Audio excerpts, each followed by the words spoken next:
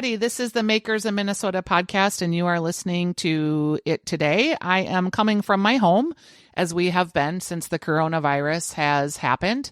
I am pleased to keep doing the Makers in Minnesota podcast. It's funny, I've been doing it for 3 years now, and sometimes I think, is it relevant? Is anybody even listening anymore?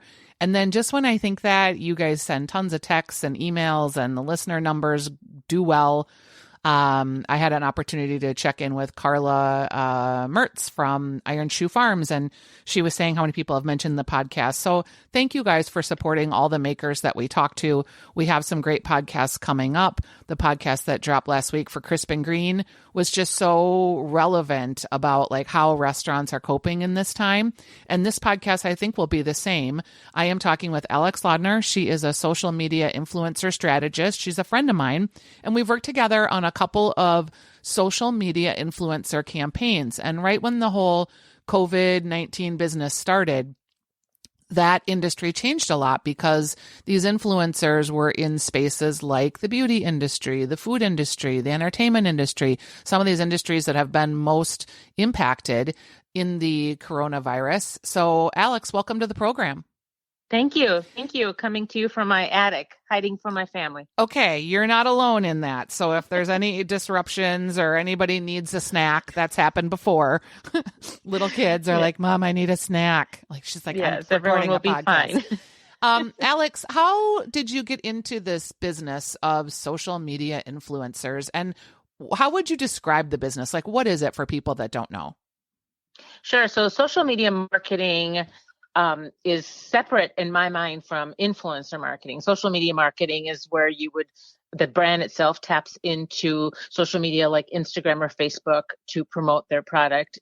Tapping into influencers is actually gleaning their followership to introduce to your brand. And the way I got into it is I've been a food writer for about 20 years now for a variety of publications. I've been a freelancer for that long for a variety of publications locally, and just naturally started meeting different people as more and more of the food influencer market got bigger here in the Twin Cities around 5 or so years ago. And it just felt like a very exciting new world to me. I'd been doing the writing part for so long that it was really fun and exciting to start something new. It felt like a pretty natural progression.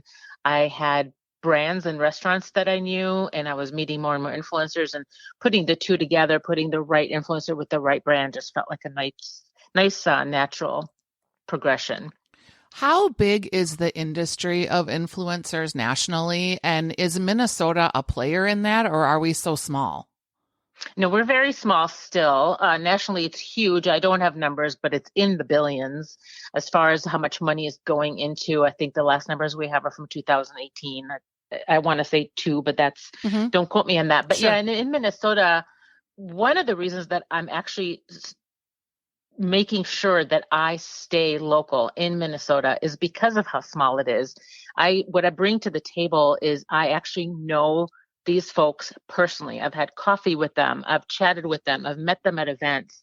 And so for a PR firm, for example, it's very daunting to look on Instagram and say, I don't know how to find the right person for my brand or for my client. Well, I know people off the top of my head because I know if someone is moving to a new house or if someone is planning a trip, I just know them on a personal level, and I can't do that nationally. So that's what I like about what I do is it's a very small, very personal touch compared to the large in like Card or those marketing firms that are huge and do a great job with what they're doing. But I like the personal level, the intimacy that I bring to it. And you're a small shop, like you're just a one-person shop. You go out, you create these relationships with these influencers, and then people can engage you to make the connections and promote their brand. So an example that we worked on together, do you want to just talk a little bit about Bub's Aussie Pies? Because we did a campaign for them together.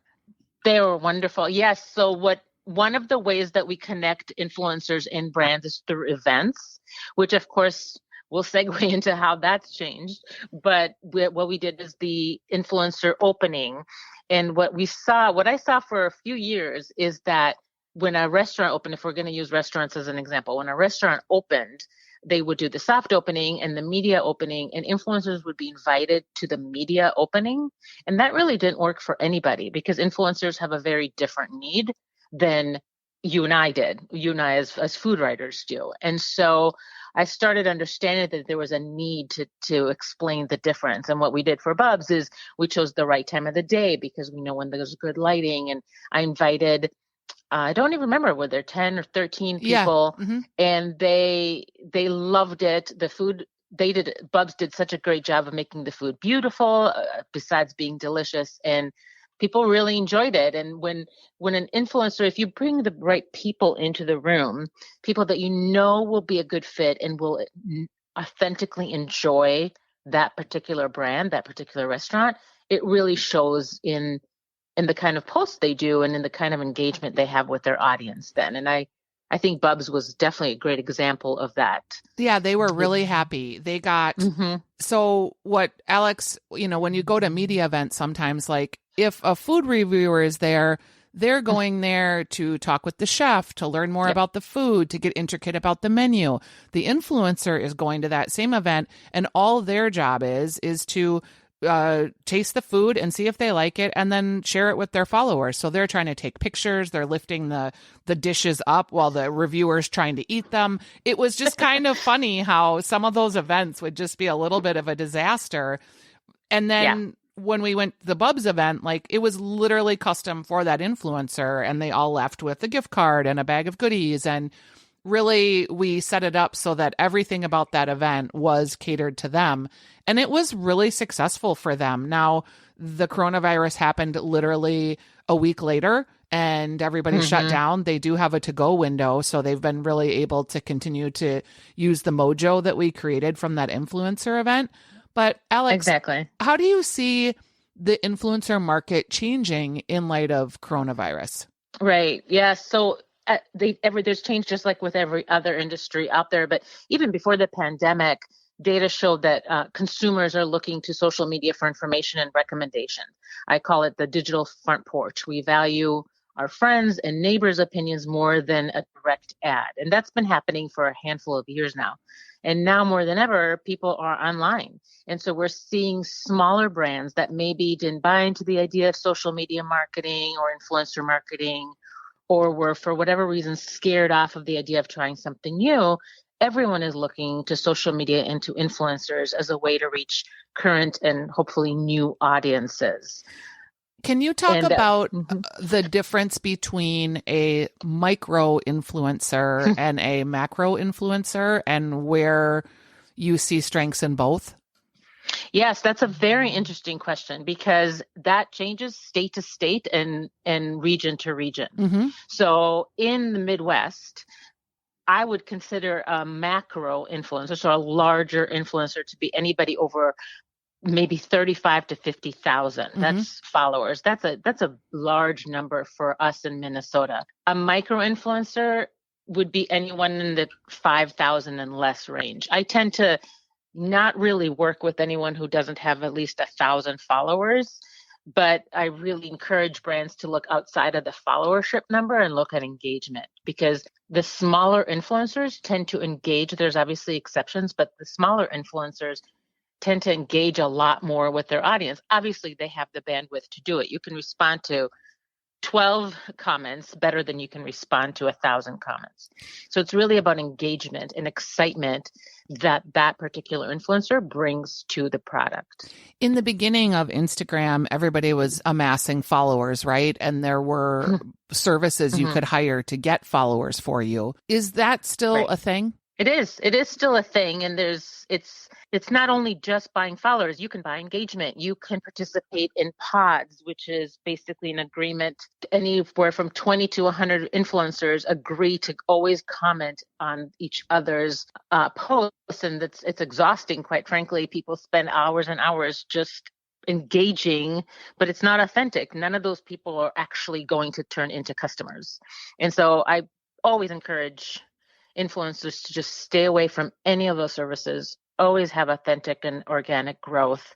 But unfortunately, it's a cottage industry that continues to find new ways of sort of bucking the system. And it's very attractive. If you're just starting out and what you really want to do is work with brands and somebody sends you an email that says for $10, you can have 1,000 followers. I understand the appeal, but just don't do it. Yeah, I can understand the appeal too, but I have a client that, unbeknownst to me, turned on a service like that. And I kept wondering why we were getting like sexy photos in our messaging. And, we were getting followed by the weirdest people from Ukraine and Russia. Yeah. And I was like, what is happening? And finally she was like, oh yeah, didn't I tell you I bought some followers? I was like, oh my gosh, please don't. That is not going to help our marketing strategy at all. No, especially from the brand side. From the influencer side, I see the attraction because brands, if brands are only looking at followership, they might hire you if you look like you have a lot of followers. Now, they won't hire you twice because they're not going to get the engagement they want from robots. But for a brand, the only reason a brand wants followers on social media is to hopefully convert them into business. And that's just not going to happen from a robot farm in Turkey. Do you have feelings about whether for a brand an Instagram story is better or a post in the feed? For a brand, I think both are great. Stories, everything in social media changes rapidly. And stories a year ago, I was not paying attention to stories. Stories are very engaging now. People have a shorter and shorter attention span. And I think that the wonderful thing about stories is you can tell your story. So as a brand, especially as a maker, as a small maker, no one is really going to engage with a long, drawn out post and where the copy tells your entire life history. But through stories and through making fun content like that, they will. So it really does has a different purpose to it. Do you use tools so you've engaged a brand and you've got a campaign that's going and you've got 10 influencers. Do you use special tools to capture the pictures, the stories, the content? Because how do you know who's engaging? Right. I don't use any tools. That is my job, is to be very personal. I will often have an event that goes until 10 o'clock at night, and I stay up until 2 o'clock in the morning capturing those stories that I know are going to come out right away. Stories live for 24 hours, so I do spend the next 24 hours making sure I obviously have my list of people I know who to look at. And I just capture them all as much as I can. We are pivoting away from brands from events even before COVID-19. So it's a lot easier to capture it when you just have ambassadors than event guests. But no, I don't use any technology, and I resist doing that. I want that personal touch for my clients. And when you mention a brand ambassador, what is that? Right. So an ambassador is someone that you would engage with as a brand. You would engage with them for longer than the one shot. So for an event, you would have maybe 10 people coming to your, let's say, restaurant opening, and you really can't have too many expectations of them. They're your guest, and you hope that they post. If someone is an ambassador, you've brought them on to promote your brand, service, restaurant, what have you, and there's an agreement. Sometimes it's for payment, and we can talk about how that's changed, but it's someone who has made a commitment to your brand for any length of time, whether it's a month, 3 months, 10 posts, 3 posts, there's an understanding. Okay. Let's talk about that. How do these influencers get paid? And is it all, I think a lot of brands think, oh, I'll just send this person a free jar of peanut butter and then they'll do a post for me. Right. Well, so everything has changed. And let's call it pre-COVID and post-COVID. Oh, gosh. Right. PC. Well, no, that doesn't really work. So right now, a lot of influencers are trying to figure out what they can do to help. They have brands they love, they have restaurants they love, they have makers they love, and they want to help. And I say those who can't heal or sew posts, because that's, in some people's minds, that is the only thing they can do. So I am now approaching influencers who 2 months ago, I would have felt would have been insulting to approach them with a trade, but because they were valued at $300, $500 a post, and I wouldn't have approached them with a small trade. Mm-hmm. Well, now they're coming to me and saying, who can I help do you have any brands who need help? And I have brands coming to me through you or through other people that are saying, we don't have a budget. Maybe we never did, but we don't have a budget, but we have our product and we would love to send it out to people and see if they like it, if they would be willing to help us with brand awareness. One of the campaigns that Alex and I are working on is this woman named Jillian McGarry. We interviewed her on the podcast. She has a business called Mostly Made, and she makes mostly made items that are frozen, like lasagna, enchiladas, and you assemble and finish them. She approached us. Her and Pam Powell from the Salad Girl were working on a local movement of Minnesota makers and how to engage people and how to get people to try their products. So I called Alex and said, I've got, Mostly Made, I've got Salad Girl, and I've got this 3 Linetti Sisters meatballs that are clients. And can we put a campaign together and engage a couple people, and we'll send them the products just to help keep reinforcing the idea of buying local. And Alex was very generous in helping us put that together. And, none of these brands have used influencers before. So it was a way to kind of introduce them too to the power of that, so that hopefully when we all get back on our feet, that might be something that they engage in long term. Alex, when you pick an influencer that works with you or a brand ambassador, like what kinds of qualities are you looking for? And do they ever turn down something that they don't feel is a fit for them? Yes, they absolutely turn down things that are not a fit for them. If they didn't, I would not be as confident working with them. Mm-hmm. What I do is, again, going back to the personal touch, and because I know them, I know who is going to be interested in a specific product before I even really call them. And it's a time-saving device. I don't need to search through Instagram. I already have people in mind as soon as a client calls me and asks me about their product. And yes, they do turn it down if it's not a good fit, which I really appreciate and respect. It doesn't happen to me a lot because, again, I already know them. So I would have possibly already known that in advance and I just wouldn't have reached out. But like I said, in the last couple of months, I've been reaching out to people who normally would never just do for trade. And now they're offering free or for trade posts. For trade means you send me the product and I do a post about it if I like the product. And many influencers have pivoted away from that a long time ago. They're at engagement numbers that justify being paid, not just doing it for trade. But again, everything went backwards 2 months ago. And now those same influencers are happy to offer publicity, social media publicity for trade. And because they want to help the brands they love, they want those brands to be there when we come out of this. And hopefully, like you said, when we all come out of the other end, I strongly believe that any brands that doubted or didn't understand the power of social media influencer marketing before will see that even at full price, even at full rates, influencer marketing is always a wise investment. I believe that it will be even more, social media marketing and influencer marketing will be even more productive and important than ever when we come out of this. I sold radio, I've sold direct mail, I've sold newspaper advertising, I've pretty much sold everything. And we would have if you did this schedule, your return on investment wasn't going to come until someone had heard the commercial 3 times. Like we had all these metrics that we used. Are there metrics for, like, let's say you pay a $300 brand ambassador $300 to do a campaign? Can you, is it 1-to-1? Like you get $300 in sales? Is it more than that? Do you have any of those kind of metrics? Because I would imagine sometimes it blows out of the water. Yes. And so one thing brands do need to keep in mind is that influencers are an extension of the marketing and brand awareness efforts, not a sales channel. So one challenge I do have is when clients are looking for direct ROI and direct sales, which is not the purpose of influencer marketing.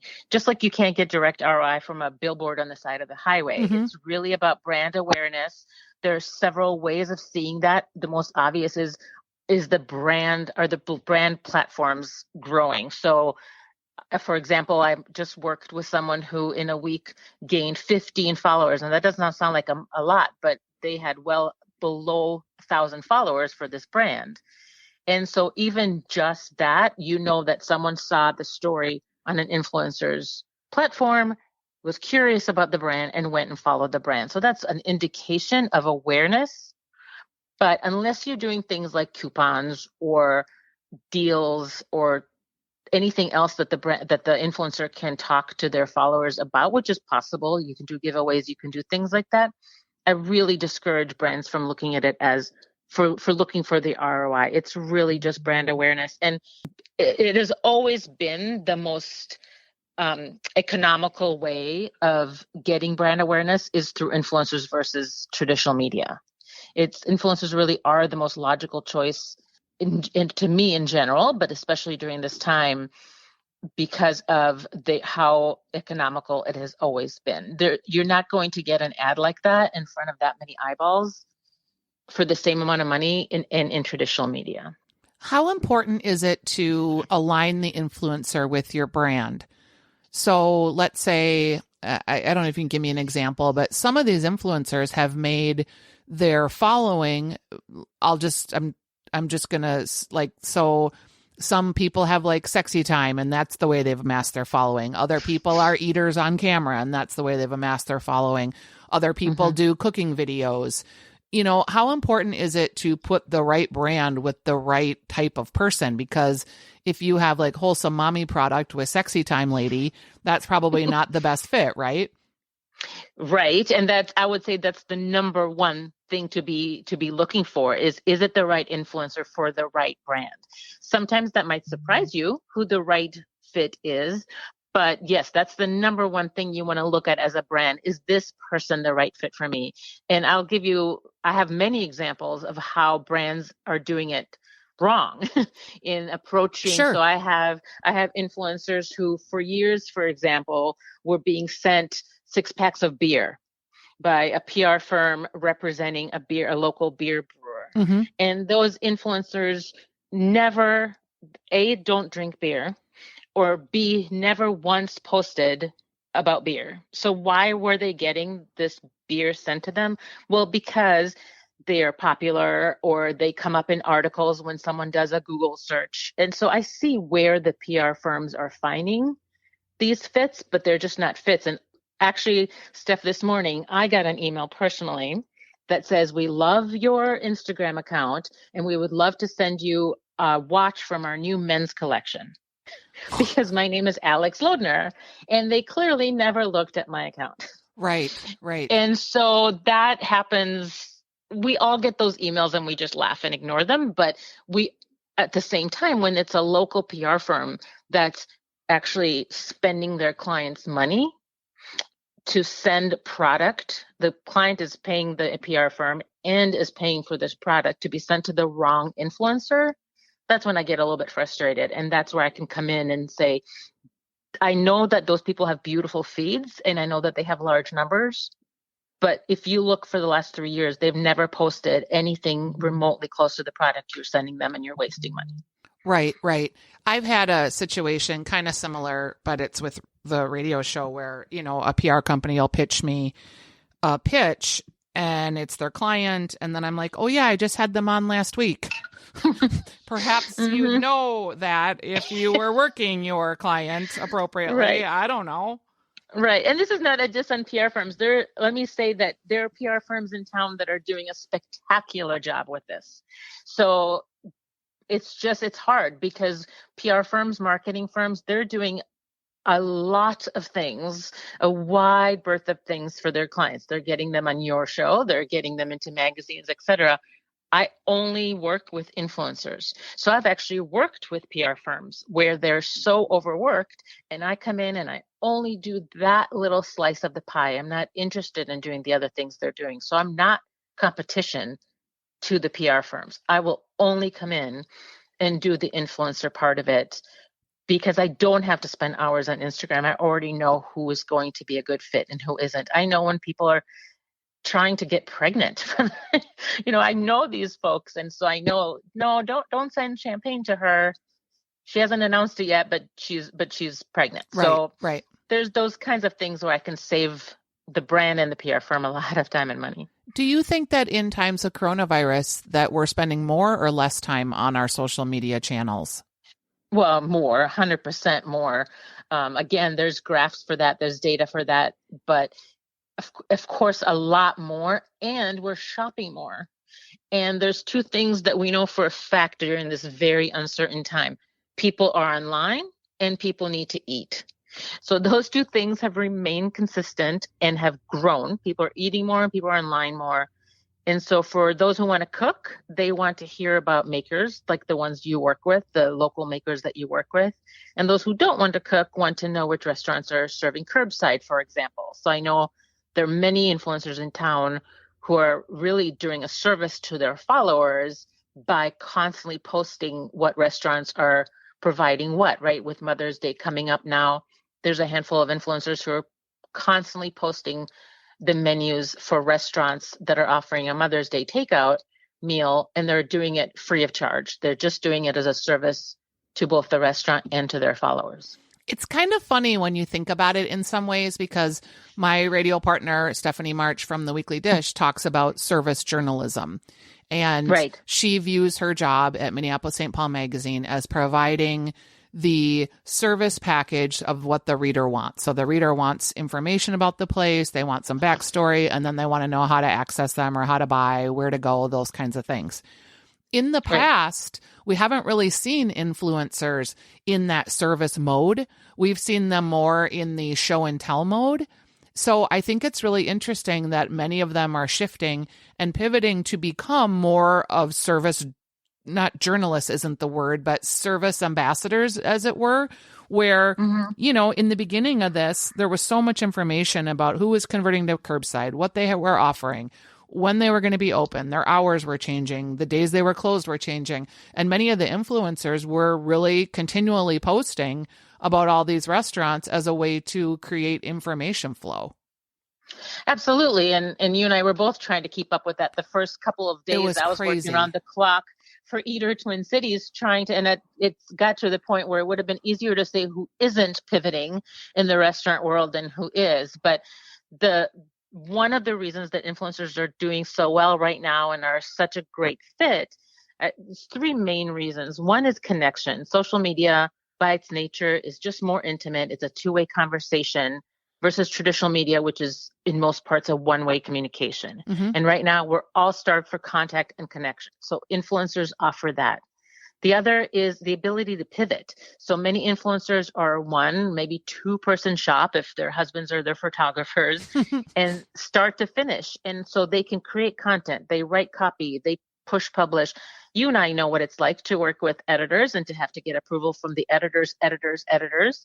And this influencers can turn around content very quickly in support of the brands that they love and work for. And it's just much easier to turn around that agile boat in a hurry compared to the barge that is traditional marketing machine. And that flexibility offered by influencers is key for messaging, like you said, that need to be adjusted on a dime. So now farmers markets are opening. Well, it takes time to write an article about that, but an influencer can put up a story in 15 minutes if you need them to.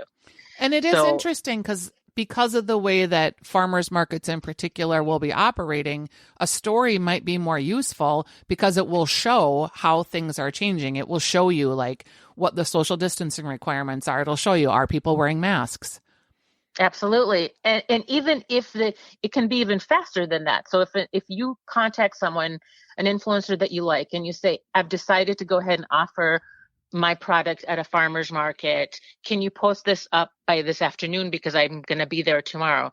They don't necessarily even have to go to the farmer's market to still put up a graphic or a story for you very, very quickly. I don't want to encourage people to wait till the last minute, but it is possible where it is not possible with traditional marketing.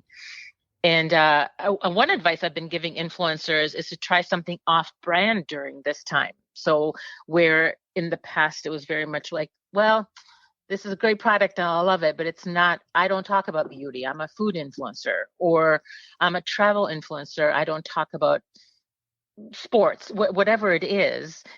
Influencers are using this time, I think, like most of us, it's almost this newfound freedom of reinventing and rethinking what you're doing, and it's an opportunity to try different things. So if an influencer is willing to try something off brand, that brand might have a whole new audience that they wouldn't normally have appealed to. So if I have a travel influencer and we reach out to her with a beauty product because I know she's been thinking about doing that, then that beauty brand is now going to get a whole new audience that wouldn't have really worked a couple months ago. And I actually have that example, but James Nord from A Drink with James, who I recommend everyone watch on YouTube, just talked about that exact example this week. So it's a really fun and exciting opportunity in a tragic time. I wish it wasn't for this reason, but there are some really great things going on. I think it's interesting too, the whole thing that you bring up. When I first started Stephanie's Dish on Instagram, I had a website, I had a following, from the radio products, and all I posted on Stephanie's Dish was food pictures. Mm-hmm. It never occurred to me that the reason a lot of the people followed me was because they wanted to hear what I had to say about those food pictures, or they wanted to hear the experience of when I ate, or when I had a dinner party, or what my dishes were like. Like, I just was so focused on the food shot.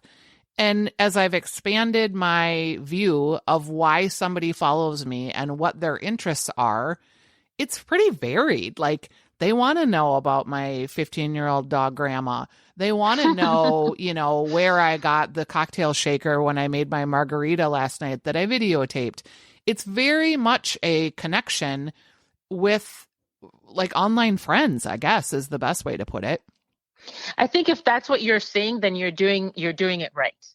Because if you have engaged your followership to the point where you're seeing good engagement, I follow you because I want to see your boating trip around Croatia. Yep. So if you're seeing good engagement with those sort of what you would normally consider off-brand, that tells me that whatever you're doing it right. You have now engaged and you've created a community with your followers, because they will follow you regardless of where your life sort of ebbs and flows. And I realize that in a way I'm contradicting what I said earlier about how we want to make sure that it's the right fit, but there's still a right fit within that ebb and flow. Yeah, I think so. Right. And so again, if a travel agency reached out to you because they saw your pictures of your travels, that's one thing. If men's watch business reached out to you, then they clearly haven't looked at your account. So there is pivoting, there is a more openness, but it still has to be within reason, because again, you're wasting time and money anytime you reach out to an influencer that is so clearly not going, their followers are not going to be interested in your product. It's very interesting to me too, the amount of national products that I get in the health, nutraceutical type industry. Mm-hmm. Like, I get all of the drink powders. I get all of the energy stuff. I get a lot of that. And that is personally pretty far away from what my brand is and what I would represent. I'm just, as a right, but they have the money for it. Those large brands have the money to basically, I think James Nord says, spray and pray. Yeah. They just send out a whole bunch of product to a whole bunch of names, and they don't really spend a lot of time or effort trying to figure out if it's the right fit. They have that budget. Smaller makers like the ones we're working with currently, I do not want to waste their money, regardless of what they told me their budget was. It's very important to me I'm very frugal with my brand's money. And so I want to make sure that they're going to get something for that investment of, even if it's just them driving to my house and dropping off some spice mix, that's money and effort and time. I want to make sure they get something for that. I would say too, if you're a brand, like, budget for what that packaging costs, budget for what a not just the packaging, but the mail, the delivery, all of that, because those are all marketing expenses. And I don't think people know, like, you can write that off on your tax return because those products and those expenses go into the marketing of what you're doing and the sampling of what you're doing. There is a cost of goods to you. So to keep track of that. Right. And I know that makers, a large percentage of their sales came from sampling in grocery stores and from farmers markets, which are not happening. So that's one of the reasons that they have pivoted to us, and we're trying to get them promotion that they would normally get in person at Kowalski's. We're trying to get them that brand awareness through influencers' posts. And Yeah. And it's a real opportunity right now. talk to a brand and we hear this line all the time, and you probably do too: we don't have a budget for that. And that line it's just not true. You have a budget. It might be $50, but you have a budget for marketing, or you wouldn't.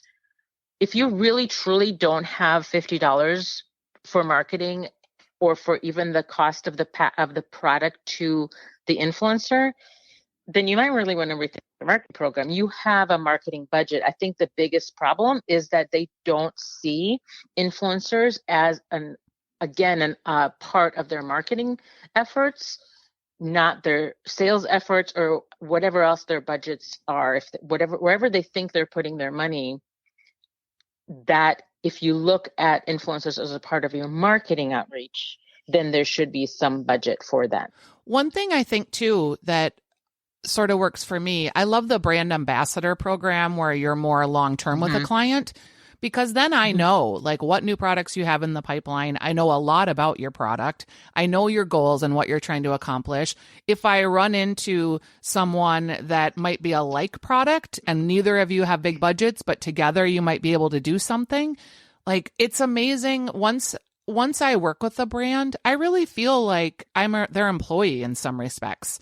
And I treat it as such, like I work for them. So can I find opportunities in my daily living that I can help promote their product that would make sense, that would be maybe over and above what they've engaged me to do for that particular thing?